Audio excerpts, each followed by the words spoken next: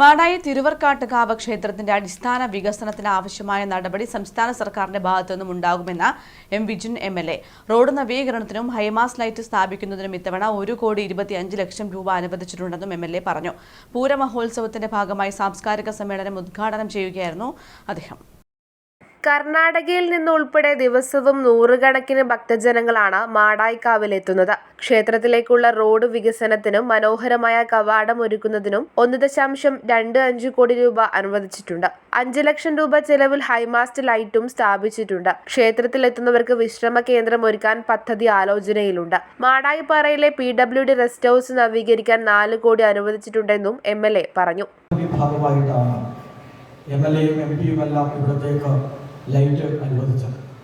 അതോടൊപ്പം MLAയുടെ ആസ്തി വികസന ഫണ്ടിൽ നിന്ന് 1,25,00,000 രൂപ അനുവദിച്ചത് മാടായിക്കാവിൻ്റെ പ്രധാന കവാടത്തിൽ ഒരു അതിമനോഹരമായ ഒരു കവാടം സ്ഥാപിച്ചുകൊണ്ട് അവിടുന്ന് മുതൽ ക്ഷേത്രം വരെ 5.5 മീറ്റർ BMPC നിലവാരത്തിലുള്ള മെക്കാഡം റോഡ് 2 സൈഡിലുമായി നടന്നു വരാൻ സൗകര്യപ്രദമായ രീതിയിൽ ഇന്റർലോക്ക് സംവിധാനങ്ങൾ, അതിമനോഹരമായ ലൈറ്റ്, അങ്ങനെ മാടായിക്കാവിലേക്ക് വരുന്ന ഏതൊരു ഭക്തനും വളരെ സുഖമായി വരുന്നതിന് വേണ്ടിയിട്ടുള്ള പദ്ധതികളാണ് അതിന്റെ ഭാഗമായിട്ട് വിഭാവനം ചെയ്തത്.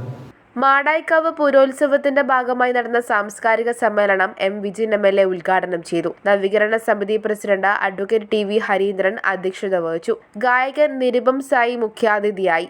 മാടായി പഞ്ചായത്ത് പ്രസിഡന്റ് സഹീദ് കായ്ക്കാരൻ സുവനീർ പ്രകാശനം നിർവഹിച്ചു. Ezhome panchayat president P Govindan, Mani Pavithran, Devaswom Thalassery area chairman K Sathyan, executive officer K Venu, ക്ഷേത്ര manager N Narayana Pidarar, MK Ramakrishnan, നവീകരണ സമിതി secretary KVN Baiju, joint secretary A Rakesh തുടങ്ങിയവർ സംസാരിച്ചു. തുടർന്ന് വിവിധ കലാപരിപാടികളും അരങ്ങേറി. News bureau, Pazhayangadi.